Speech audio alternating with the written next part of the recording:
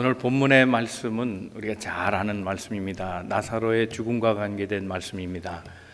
나사로가 병들었다 죽게 됩니다. 이 이야기 속에 인간의 고민이 있습니다. 아픔이 있고 슬픔이 있고 절망이 있습니다. 그런데 이 이야기 속에 이 밑에서 흐르는 중요한 주제가 하나 있습니다. 시간에 대한 문제입니다.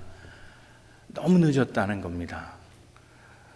주님께서 이 사람은 잔다, 이 사람은 죽었다 라고 말하셨을 때 그 말의 뉘앙스도 늦었다라는 그런 마음을 들게 합니다. 오늘 그 주인공이 되는 나사로, 그 나사로의 누이들도 그런 말을 합니다. 주님 좀 빨리 오셨더라면, 주님이 지금 우리 오라비와 좀 같이 계셨더라면. 그 말 속에 인간에 대한 섭섭함, 너무 늦어버린 것에 대한 좌절감, 이런 마음이 담겨져 있습니다. 때로 우리의 삶도 그렇습니다. 아쉬움 있고 후회가 있고, 그래서 연민하고 걱정하고, 그래서 삶이 넉넉하지 않구나 생각하면서 우리가 너무 늦은 것은 아닌가 답답해하고 힘들어할 때가 있습니다. 그런데 오늘 본문의 말씀에서 주님이 삶의 그 고난의 삶의 그 죽음이라고 하는 삶의 한복판에 등장하시면서 인생은 변화를 만납니다. 새로운 해답을 얻습니다. 삶이 달라졌습니다. 오늘 우리의 삶에도 하나님이 개입하시기를 바랍니다. 삶이 안타깝고 후회롭고 때로는 모든 것을 포기하는 상황에 우리도 주님을 만나서 새 소망을 갖는 그런 희망의 역사가 일어나기를 주님의 이름으로 축원합니다. 오늘 말씀 속에 주를 발견하는 우리 모든 성도들 되시기를 다시 한번 주님의 이름으로 축원합니다. 우리 옆에 분 서로 권면하시고 말씀 듣겠습니다. 하나님은 오늘도 당신을 향한 계획을 가지고 계십니다. 자, 첫 번째 우리가 기억할 것은 기다림의 시간을 믿음으로 채워가는 것이 필요합니다. 오늘 본문의 말씀 앞에 있는 말씀입니다. 3절과 6절 말씀을 같이 읽어보겠습니다. 시작. 이에 그 누이들이 예수께 사람을 보내어 이르되 주여 보시옵소서, 사랑하는 자가 병들었나이다 하니 나사로가 병들었다 함을 들으시고 그 계시던 곳에 이틀을 더 유하시고. 예수님에게 전갈이 왔습니다. 사랑하는 자가 죽었습니다. 나사로의 병들었습니다. 나사로가 병들었다는 소식을 누군가가 전해줬습니다. 그런데 예수님은 서두르지 않습니다. 전갈을 보낸 사람들의 마음을 다 헤아리기는 어렵지만 아마 빨리 오시기를 바라지 않았을까요? 그렇지 않겠습니까? 지금 병이 났는데, 곧 죽게 됐는데, 하루하루가 달라지는 것처럼 보이는데 주님이 좀 빨리 오셨으면. 마리아와 마르다 속엔 아마 그런 생각이 있을지 모르겠습니다. 유대인들의 생각은 사람이 죽으면 3일 동안은 그 사람이 영혼이 떠나지 않는다고 믿었습니다. 그러니까 적어도 희망을 걸 수 있는 시간은 사흘입니다. 예수의 부활도 사흘이라는 점에 유념하십시오. 이 유대 백성에게는 이 사흘이라고 하는 시간은 매우 의미 있는 시간입니다. 이 사흘 동안 주님이 좀 와줬으면 좋겠는데 주님이 서두르지 않는 겁니다. 그 전갈을 듣고도 무려 하루길을 왔을 텐데 전갈을 듣고도 이틀을 더 그냥 머무르셨고 또 가는 길이 하루니 나흘 걸린 겁니다. 왜 주님이 서두르지 않았을까? 주님은 이들에게 관심이 없었을까? 아니면 무책임하신 것일까? 소위 요즘 얘기하는 직무유기. 아니면 그들에게 희망이 없어 보여서 이미 죽을 걸 어떻게 할까? 주님도 그렇게 생각하셨을 것인가? 여러 추측이 가능합니다만은 분명한 것은 주님은 그들을 사랑하셨다는 겁니다. 5절 말씀에 보면 이렇게 기록합니다.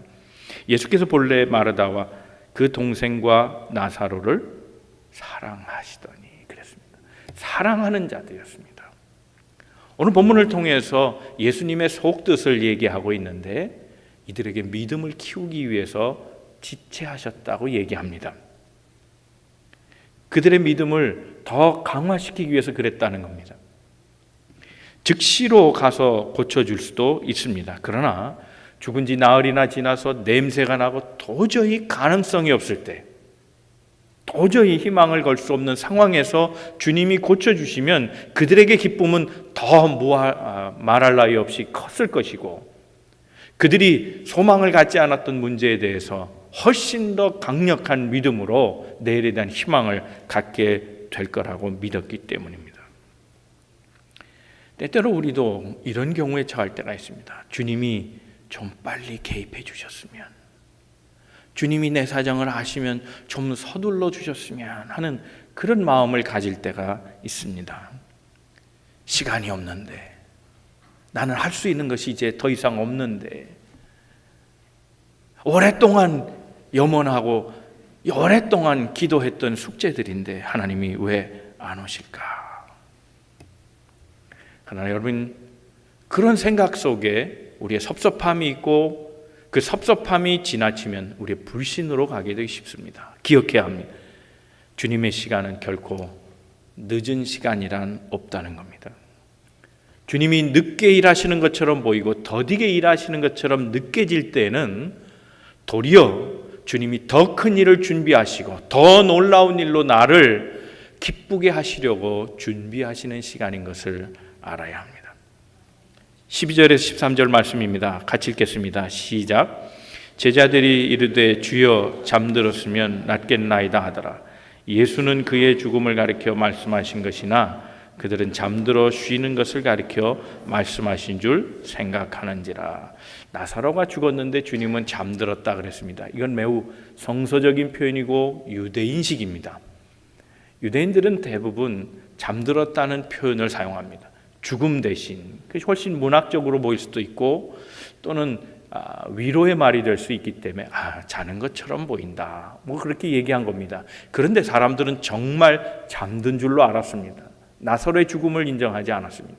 그런데 주님은 밝히 말씀하십니다.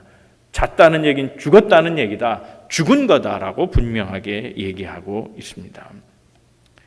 그런데 우리가 죽어서 잠들 때에는 기억할 것이 있습니다. 깨우는 이가 있습니다. 잠이 들면 깨우는 것이 있습니다. 알람 시계가 그렇습니다. 사람이 깨웁니다. 아침에 남편이 깨우기도 하고 어머니 아버지가 깨우기도 합니다. 뭐 자식이 깨울 수도 있겠죠. 누군가가 깨웁니다. 우리 인생이 잠들었을 때는 깨워주시는 분이 있다는 겁니다. 주님이십니다. 그러므로 잠이 드는 것, 그 죽음도 주 안에서는 깨어날 일로 생각한다는 겁니다. 그것이 우리의 믿음입니다. 시카고 트리뷴지에 오랫동안 일했던, 편집과 또 기자 생활을 오래 했던 리 스트로벨이라는 목사님의 얘기입니다. 그는 신문기자로 약 14년을 일했습니다. 그리고 윌로우 크릭하고 세들백 교회에서 티칭 패스터로 많은 일을 했습니다. 그가 남긴 저서가 약 한 20여 권 되는데 뉴욕타임즈의 베스트셀러에 종종 오르고 했던 유명 인사입니다. 이 사람의 과거의 이야기를 그의 자서전에 기록해 놓았습니다. 지금부터 오래된 얘기입니다. 1983년 그가 한창 젊었을 때 6월 어느 날이었습니다. 그가 시카고에서 일하고 있을 때인데 편집장으로 일할 때 과로했는지 갑자기 쓰러지고 맙니다.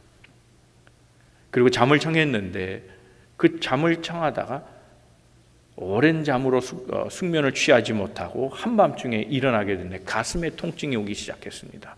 맥박이 점점 빨라지고 호흡이 점점 가빠지면서 죽을 것만 같았습니다. 부인은 너무 놀라서 911을 불렀습니다. 그 차로 옮겨가는 중에 그는 바닥에 누워서 자신의 친구가 언뜻 생각이 났습니다. 몇 년 전에 죽은 프랭크가 이렇게 죽었는데 나도 곧 죽음이 임박해 왔구나, 그런 생각을 하게 됐습니다. 바로 그때 그는 몇 가지 생각을 떠올렸는데 두려웠지만 첫째는 지금은 죽고 싶지 않다는 생각이 강렬했습니다. 그에겐 소원이 있었는데 자식을 잘 키우는 것이었습니다. 아직도 어린 아이들, 그 아이들을 잘 키우고 싶었는데 그것을 다 하지 못하고 가는 것 같아 안타까웠습니다. 부인에 대한 생각이었습니다. 부인과 평생토록 오래 행복하게 살고 싶었는데 그렇게 할 수 없는 것 같아서 마음에 불안이 오기 시작했습니다. 그런데 차가 병원에 거의 다다르게 되자 그의 마음속엔 또 다른 생각이 들어왔습니다. 그는 다행히도 크리스찬이 된 지 8개월째 되는 날이었답니다. 그 8개월의 짧은 신앙생활이었지만 그가 확신한 것은 내가 지금 죽어도 주께서 내 자식을 돌봐 주시리라는 확신이 들어왔습니다. 그리고 또 하나, 내가 죽어 눈을 감는 순간엔 다시 눈을 뜨는 순간도 올 것이고 그때는 주님과 천국에 있을 것이라는 확신이 그 마음속에 들어왔다는 겁니다. 그렇게 생각해 보니 이래도 승리하고 저래도 승리하는 입장이었다는 겁니다. 살면 잘된 일이고 죽어도 더 잘된 일이고 살아서도 좋은 일이고 죽어서도 나쁜 일이 없는 그런 생각을 하게 됐다는 겁니다. 다행히 그는 죽지 않았습니다. 의사들은 그가 왜 병원에 실려왔는지 많은 검사를 했어도 이유를 알 수 없었답니다. 그날 이후로 맑고 밝은 날을 나는 지금도 경험하고 있다. 그는 자신의 지난 날을 생각하며 그렇게 회고합니다. 그리고 그는 이렇게 마지막에 결론을 내립니다.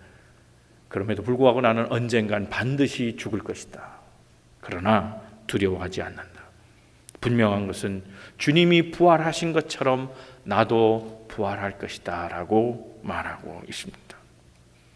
여러분, 그리스도인이 되면 그리스도인의 마음속에는 이제 더 이상 시간의 지체요 연장이요 그리고 늦었다는 시간은 없다는 사실을 분명히 깨달아야 합니다. 우리가 절망하고 소망을 잃어버리고 포기하는 이유는 무엇 때문입니까? 죽음을 마지막 자리에 놓았기 때문입니다. 그러나 우리 예수 그리스도는 죽음 너머에서, 죽음 뒤편에서 우리 삶 가운데 오신 분입니다. 인생은 죽음으로 마감하는 것이 아니라 죽음으로 시작하는 것으로 생각할 때에 주 안에는 늦은 시간이란 없다는 사실입니다. 단지 주와 함께 하시면 새로운 시간이 시작될 뿐입니다. 사랑하는 성도 여러분, 낙심하지 마시고 우리 지체되는 시간, 답답하고 견디기 힘든 그 기다림의 시간을 믿음으로 채워가는 우리 모든 성도들 다 되시기를 주님의 이름으로 축원합니다. 두 번째 생각할 것은 절망의 상황에도 다음을 생각하는 것이 믿음입니다. 23절, 24절 말씀을 같이 읽겠습니다. 시작. 예수께서 이르시되 내 오라비가 다시 살아나리라. 마르다가 이르되 마지막 날 부활할 때에는 다시 살아날 줄을 내가 아나이다. 내 오라비가 살 것이다. 이 말과 마르다가 네, 저도 부활신앙 믿습니다. 언젠가는 살아나겠죠. 이 말은 어울리는 말 같지만 사실은 다른 트랙으로 돌고 있는 말입니다. 마르다도 부활에 대한 신앙을 가졌습니다. 이건 귀한 겁니다. 그러나 주님은 지금 그걸 말하는 게 아닙니다. 지금 믿느냐를 묻고 있는 겁니다. 그 부활신앙이 연장된 언젠가는 있을 신앙이 아니라 그 부활신앙이 지금 너에게 일어나고 있느냐를 묻고 계신 겁니다. 오늘 우리의 믿음이 이럴 때가 있습니다. 미래에 언젠가 이루어질 그것을 상상하지만 현재에는 그것이 이루어질 것이라는 믿음이 때때로는 연약할 때가 있습니다. 어쩌면 우리의 신앙은 그래서 두 가지인지 모르겠습니다. 미래 신앙과 현재 신앙입니다. 예수님이 지금 얘기하시는 것은 미래 신앙을 얘기하는 게 아니라 현재 신앙입니다. 미래 믿음이 아니라 지금의 믿음을 얘기하고 있는 겁니다. 질병으로 얘기하자면 언젠가는 낫겠지. 분명히 주님이 때가 되면 고쳐주실 것이야 라고 생각하는 것은 미래신앙이라고 말할 수 있습니다. 그러나 주님이 지금 역사하시면 나는 지금 고침받을 수 있음을 믿습니다는 오늘의 신앙, 현재 신앙, 지금의 신앙입니다.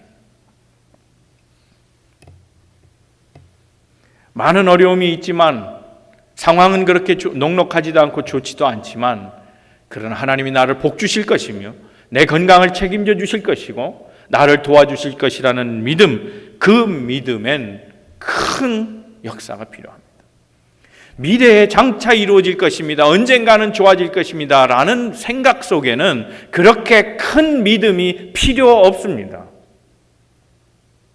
어쩌면 많은 사람들이 그런 적당한 기대를 하고 삽니다.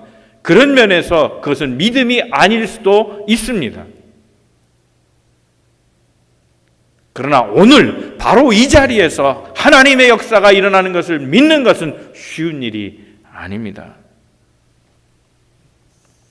바로 주님은 마르다에게 그걸 묻고 계신 겁니다. 25절 26절 말씀입니다.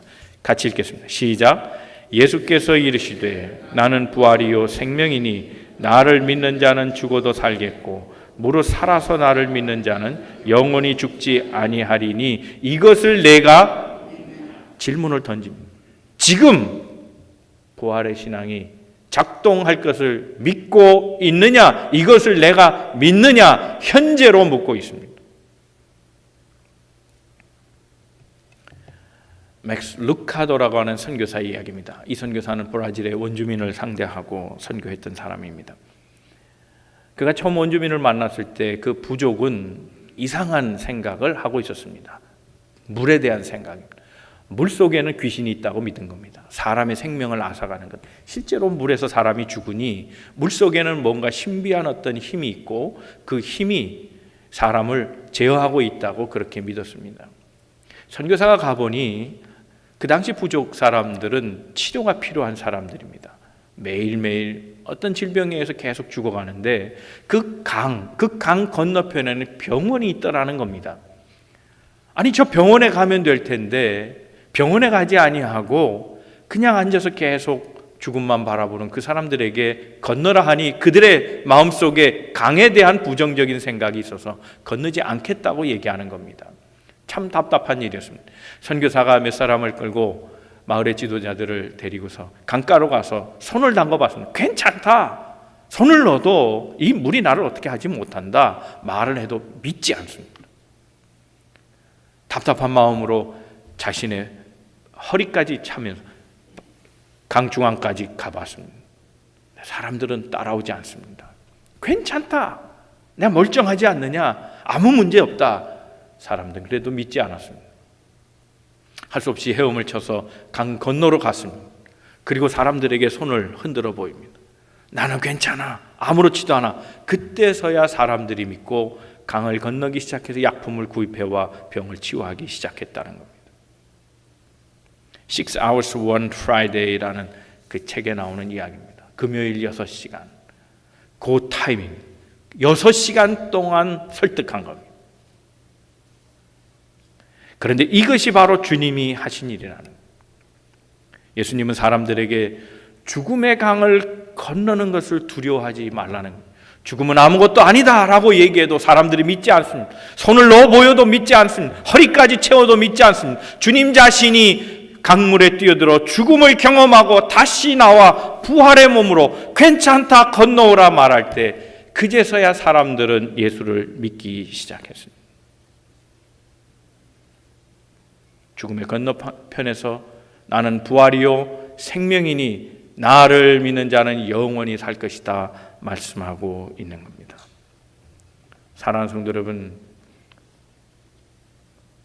예수님을 모시고 사는 사람들에게는 때로 일이 지연이 돼도 고통의 순간을 만나고 그것이 죽음이라고 하는 그런 엄연한 절망의 상태에 이르러도 늦은 것은 아닙니다. 주님의 때는 언제나 정시입니다. 주님과 함께하면 늦은 일이란 없습니다.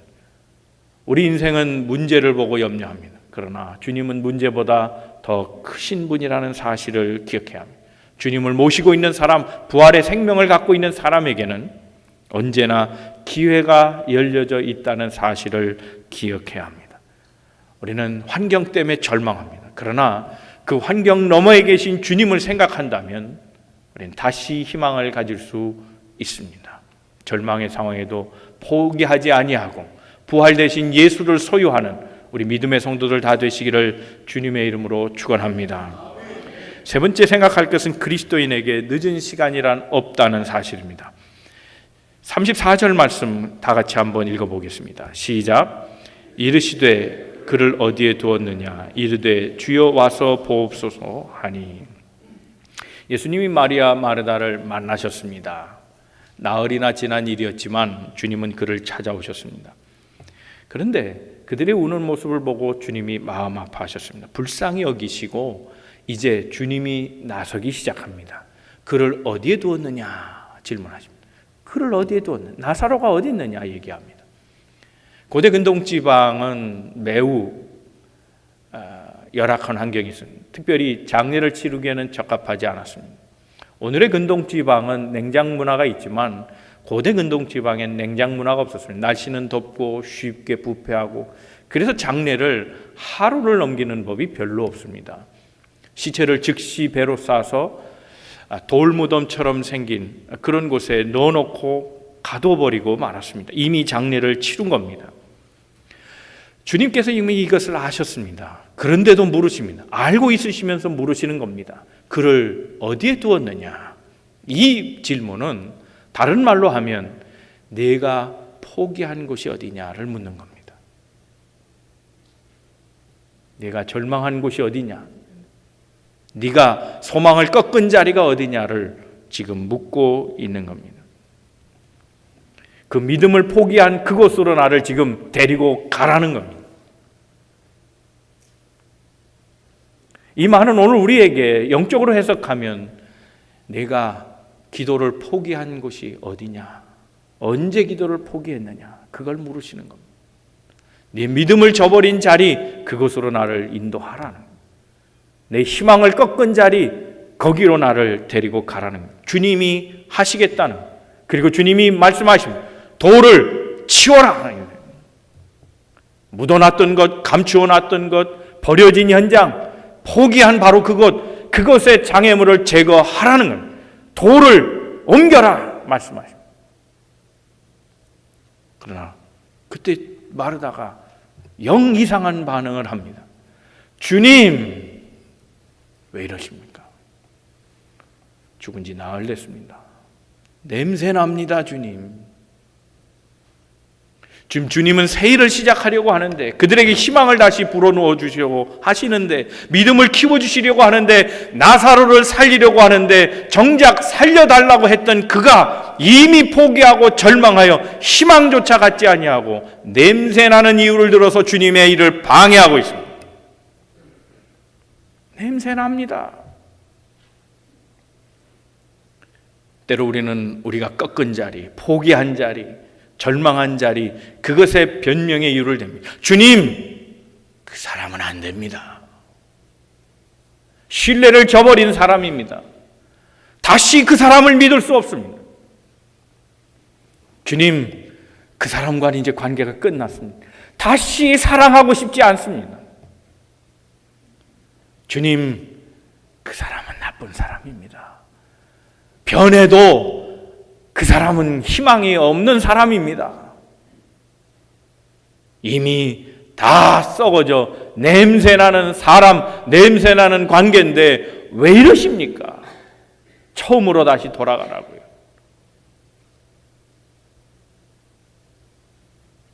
사랑하는 성도 여러분, 우리 삶에 고통이 있고 아픔이 있고 상처가 있고 그래서 절망했다 하더라도 그것 때문에, 냄새 때문에 주님이 해결해 주시려고 하자 할 때 변명을 대고 막아서는 안 된다는 사실입니다. 여러분, 우리의 나사로가 있습니다.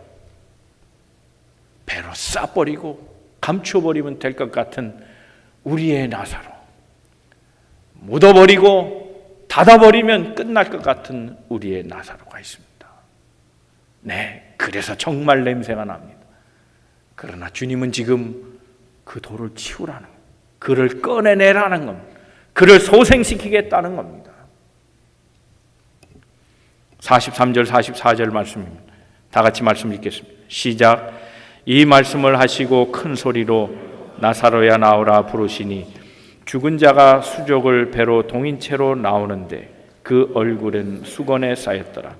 예수께서 이르시되 풀어놓아 다니게 하라 하신다. 묶여있던 그가 묶여있던 나사로, 묶여있던 문제가 돌아다니게 하라는, 풀어지게 하라는 것. 굳어있던 그의 근육이 다시 부드러워지기 시작했습니다. 응고됐던 혈액이 혈관을 타고 다시 흐르기 시작했습니다. 멈췄던 그의 심장이 다시 요동치며 움직이기 시작했습니다.